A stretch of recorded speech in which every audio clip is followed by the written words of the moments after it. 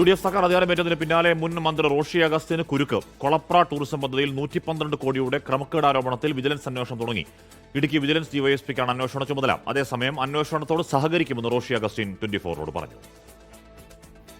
Kolapra tourism പദ്ധതിയിൽ 112 കോടിയുടെ ക്രമക്കേട് നടന്നെന്ന കോൺഗ്രസ് നേതാവ് ബേബി ജോസഫിന്റെ പരാതിയിലാണ് വിജിലൻസ് പ്രാഥമിക അന്വേഷണം ആരംഭിച്ചത്. കോളപ്ര ടൂറിസം പദ്ധതിയുടെ ടെൻഡർ നടപടികളിൽ വലിയ വീഴ്ചയും അലംഭാവവും വരുത്തിയെന്നും സ്വകാര്യ ഏജൻസിക്ക് കൊള്ളലാഭം ലഭിക്കത്തക്ക രീതിയിൽ ടെൻഡർ നടപടികൾ അംഗീകരിച്ചതായും പരാതിയിൽ പറയുന്നു. 30 വർഷത്തിന് ജലാശയവും തീരങ്ങളും Kozhikode FSIT redefine destinations private limited എന്ന സ്വകാര്യ കമ്പനിക്ക് കൈമാറിയതിൽ ക്രമക്കേട് നടന്നെന്നാണ് പരാതിയിലുള്ളത്. ആരോപണം അടിസ്ഥാനരഹിതമാണെന്നും വഴിവിട്ടൊന്നും ചെയ്തിട്ടില്ലെന്നും മുൻ മന്ത്രി റോഷി അഗസ്റ്റിൻ 24 പറഞ്ഞു. ഇപ്പോൾ 112 കോടിയുടെ അഴിമതി എന്നാണ് പറയുന്നത്.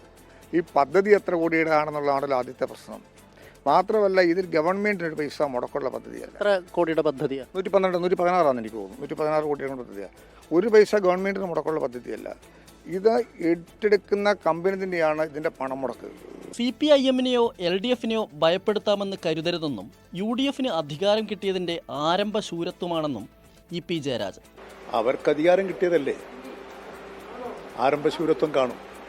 പക്ഷേ ഇടതുപക്ഷ മുന്നണിയെയോ CPM-നെയോ അങ്ങനെ ഭയപ്പെടുത്താമെന്ന് ധരിക്കരുത്.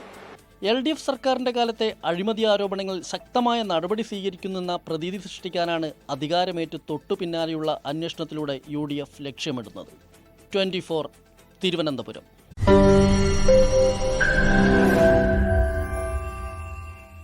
ലോകത്തെവിടെയായാലും ഏത് സമയത്തും 24 വാർത്തകളും ഓഗ്മെന്റഡ് റിയാലിറ്റി പാക്കേജുകളും എക്സ്പ്ലെയിനറുകളും വിശദമായി കാണാൻ ഞങ്ങളുടെ YouTube ചാനൽ നിങ്ങൾക്ക് സബ്സ്ക്രൈബ് ചെയ്യാം.